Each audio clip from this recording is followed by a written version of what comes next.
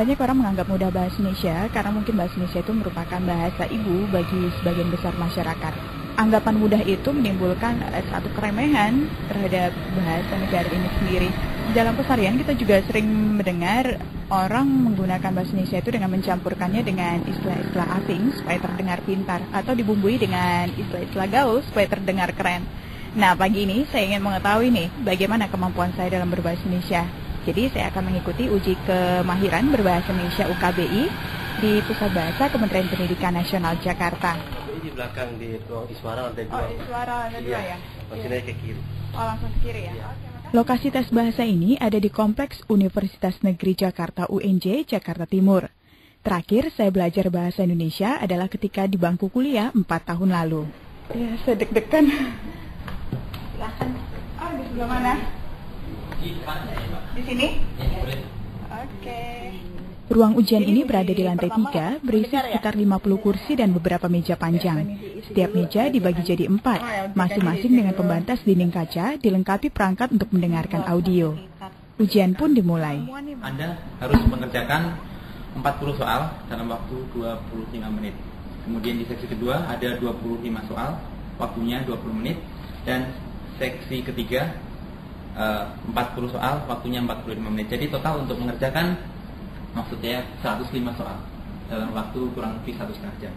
Uji kemahiran berbahasa Indonesia UKBI ini sudah ada sejak 1993. Kalau TOEFL dan IELTS diambil untuk menguji kemampuan berbahasa Inggris, maka UKBI ini untuk menguji kemampuan bahasa ibu kita. Selamat berjumpa dengan uji kemahiran berbahasa Indonesia UKBI. Awalnya, tes ini hanya wajib untuk pekerja saja, sebab Kementerian Tenaga Kerja ingin semua pekerja dari dalam maupun luar negeri punya kemampuan baik dalam berbahasa Indonesia. Lantas pada 2003, Kementerian Pendidikan Nasional mengukuhkan UKBI sebagai sarana penentu kemahiran berbahasa Indonesia bagi semua kalangan. Dalam Undang-Undang tentang Bendera, Bahasa dan Lambang Negara tahun 2009, disebutkan bahwa bahasa Indonesia wajib digunakan dalam komunikasi resmi di lingkungan kerja pemerintah dan swasta. Artinya, seluruh pekerja baik lokal maupun asing wajib menggunakan bahasa Indonesia di tempat ia bekerja. Kaki merupakan anggota tubuh yang penting untuk melakukan gerak dan aktivitas sehari-hari. Agar menjadi sehat, kaki perlu dirawat secara rutin. Jawaban yang benar adalah nomor 6, A. Nomor 7, D. UKBI terdiri dari 5 bagian ujian, mendengarkan, merespon kaidah, membaca, menulis, dan berbicara. Hasil ujian berada di rentang nilai 162 sampai 900. Poin ini dibagi dalam beberapa peringkat kemampuan berbahasa Indonesia. Ada 7 peringkat kemampuan berbahasa Indonesia yang bisa diperoleh dalam tes ini. Sudah selesai untuk mengikuti tes. Tadi ternyata banyak juga yang membingungkan karena terkadang penggunaan kata-katanya itu di kehidupan sehari-hari berbeda dengan yang disoalkan. Terkadang kita juga menggunakan kata-kata itu tidak tepat pada tempatnya. Seperti dapat, bisa, dan mampu. Terkadang kita salah untuk mengartikannya atau menempatkan penggunaan kata-kata tersebut. Sauda sudah 2 kali ikut UKBI, tahun 2008 dan 2009, dan selalu bertepatan dengan bulan bahasa tiap Oktober. Meski sehari-hari menjadi guru bahasa Indonesia, ia mengaku kesulitan untuk mengerjakan soal ujian. Yang paling sulit, kata Sauda, adalah bagian menyimak. Pada bagian ini, peserta ujian akan mendengarkan perbincangan atau ulasan tentang satu topik. Sambil mendengarkan, peserta harus mencari jawaban pertanyaan yang ada di buku soal. Saya itu terkecoh di menyimak. Jadi kalau misalnya membaca, menulis itu kan memang kita sudah agak biasa, tapi kalau menyimak itu kan memang harus betul-betul kita cermati apa yang kita dengarkan, sehingga ketika menjawab sudah terlewat. Menurut perkiraan saya, kesalahan saya banyak di menyimak. Dan ini ternyata kelemahan umum yang banyak dialami peserta ujian kemahiran berbahasa Indonesia. Pengawas ujian UKBI, Wahyu Aji Wibowo. Ya mungkin dari soalnya tidak urut, misalkan di dialognya ada di awal, ternyata di soal di terakhir, atau di soalnya di awal, di dialognya ada di bagian akhir gitu. Selain di bagian mendengarkan, banyak peserta yang kelabakan menjawab soal membaca. Di situ ada banyak jebakan, menempatkan kata yang sesuai dengan kalimat.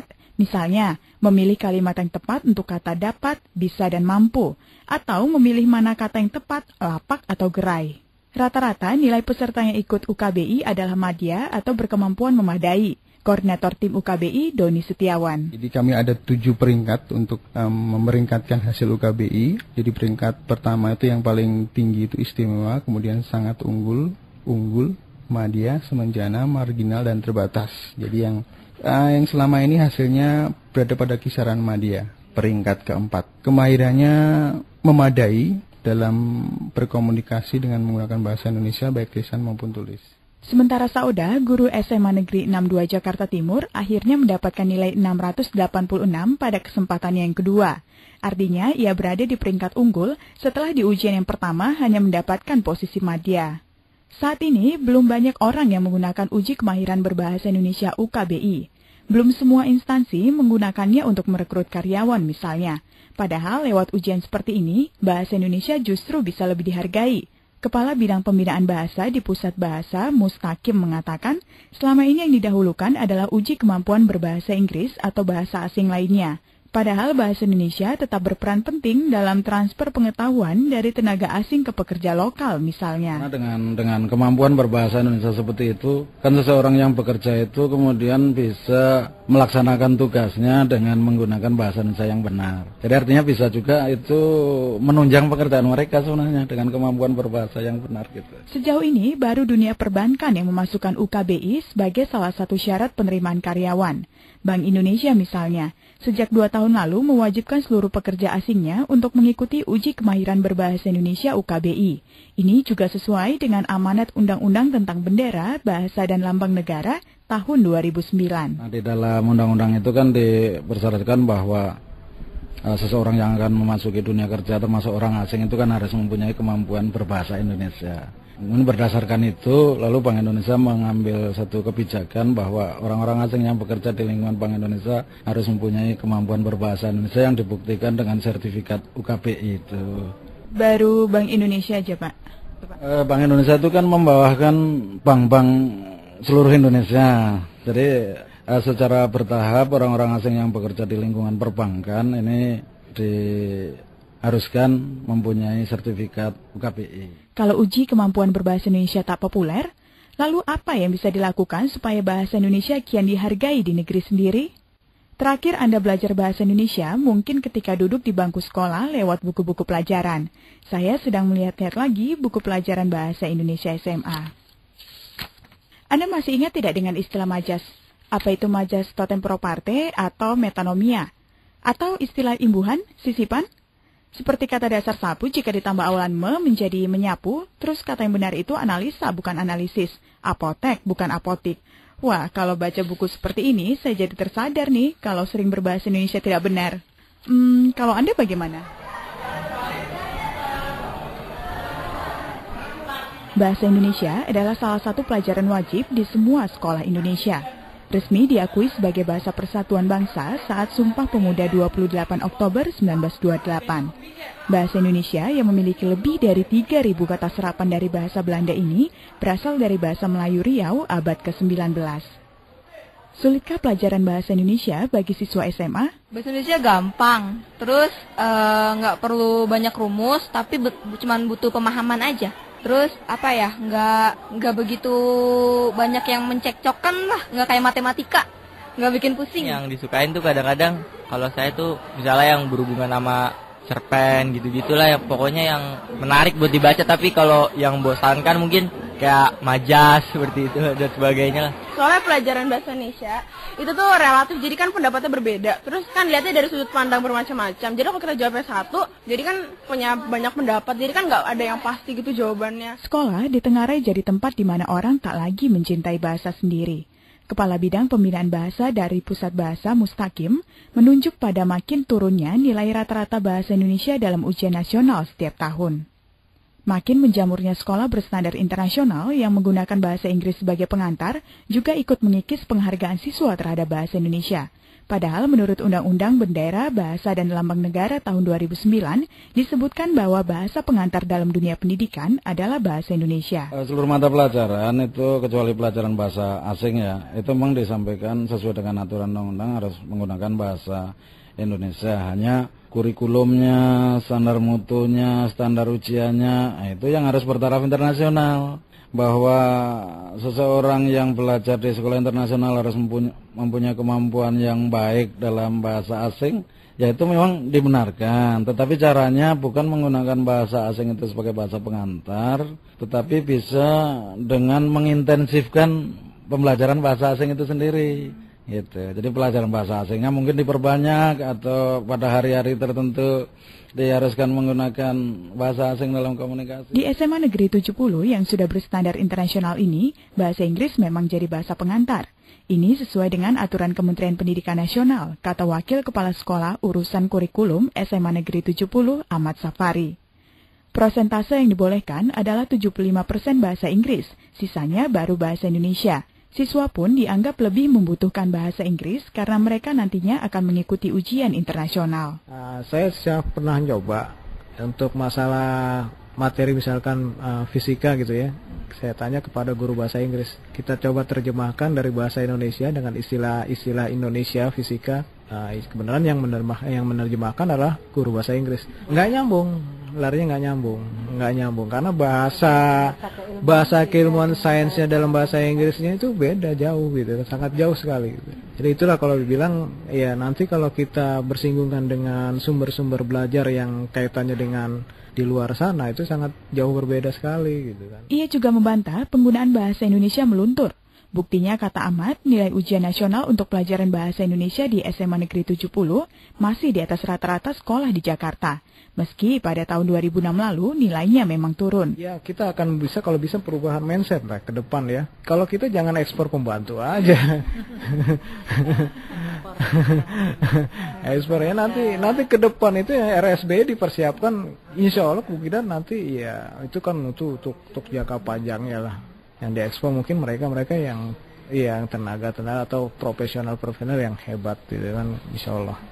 Karena di sekolah bahasa Indonesia mulai tergusur, cap kuno pun kerap melekat pada bahasa ibu ini. Pakar bahasa Indonesia dari Universitas Indonesia Ibnu Wahyudi melihat banyak orang Indonesia yang justru merasa tidak percaya diri jika hanya menggunakan bahasa Indonesia. Masalahnya adalah belum tentu bahasa asing yang dia pakai betul. Nah, ini masalah besar. Jadi saya melihat kenapa memelihara rasa bangga semu begitu dengan bahasa asing yang tidak selamanya tepat, dan kenapa tidak pindah dengan bahasa Indonesia yang tepat. Kita bisa menyumbang kemajuan berbahasa kita sendiri. Kita juga sebenarnya mempunyai bahasa yang cukup lengkap gitu, cukup modern. Bahasa Indonesia itu tidak kalah dengan bahasa asing begitu. Supaya bahasa Indonesia tak makin kalah, pengajaran bahasa ibu harus lebih mendapatkan tempat di sekolah-sekolah. Supaya harkat bahasa Indonesia kembali meningkat, kata Ibnu. Caranya adalah dengan guru menunjukkan cara berbahasa Indonesia yang baik dan benar. Seseorang mampu berkomunikasi dengan bahasa Indonesia yang baik, harga diri dia sebagai orang Indonesia juga terangkat. Ini yang kurang banyak disadari gitu loh. Dikiranya kalau misalnya orang bisa berkomunikasi cukup. Tidak. Ketika orang berkomunikasi, lawan bicara kita itu kan akan memperoleh citra tentang kita. Nah, kalau seseorang katakanlah berbicara dengan seseorang yang bahasa Indonesia tertib tetapi juga enak didengar, nyaman, kita mendapatkan sesuatu yang baru dan juga, kan kita akan mempunyai citra, wah orang ini hebat sekali berbahasanya. Itu. Jika masyarakat sudah menyadari ini, maka menurut Ibnu, kita tidak harus bergantung pada ada atau tidaknya UKBI. Saat ini, uji kemahiran berbahasa Indonesia ini tengah diperjuangkan Pusat Bahasa menjadi aturan tetap. Tetapi hal yang sifatnya pemaksaan seperti itu, saya khawatir hanya akan dirasakan sejenak juga oleh orang yang mau tes saja. Kalau itu tidak menjadi kepribadian, kalau itu tidak menjadi sebuah roh bagi seseorang itu, saya khawatir setelah ujian menguap juga kemampuan berbahasa Indonesianya itu kalau dia belum menjadi kalau bahasa Indonesia belum menjadi bagian dari kepribadian dia. Setelah mengikuti uji kemahiran berbahasa Indonesia 2 kali, Saodah yang guru bahasa Indonesia jadi makin paham bahwa tak mudah menggunakan bahasa ibu kita dengan baik. Ia siap menerapkan metode tes itu ke siswanya di SMA Negeri 62 Jakarta Timur. supaya bahasa Indonesia tak kalah dengan bahasa Inggris, kata Saoda. Jadi setelah saya mengikuti ujian itu, saya mencoba juga di sekolah menyusun soal model semacam itu. Maksud saya tujuannya agar anak nanti terbiasa ya, karena selama ini seperti yang saya katakan tadi, menyimak itu itu berbeda dengan bahasa Inggris. Kalau bahasa Inggris memang menyimak terus ya, dilatih, tapi kalau bahasa Indonesia tidak. Jadi soalnya beda tadi sih, karena hanya praktik saja. Kalau bahasa Inggris kan memang di ujian nasional pun ada soal menyimak, tapi kalau dalam bahasa Indonesia tidak ada. Gitu. Jadi manfaat untuk saya khususnya di guru bahasa Indonesia itu benar-benar besar sekali. Lalu bagaimana dengan Anda? Berapa tinggi kira-kira kemampuan Anda berbahasa Indonesia? Demikian Saga KBR 68H. Saya Rumondang Nenggolan, terima kasih sudah mendengarkan.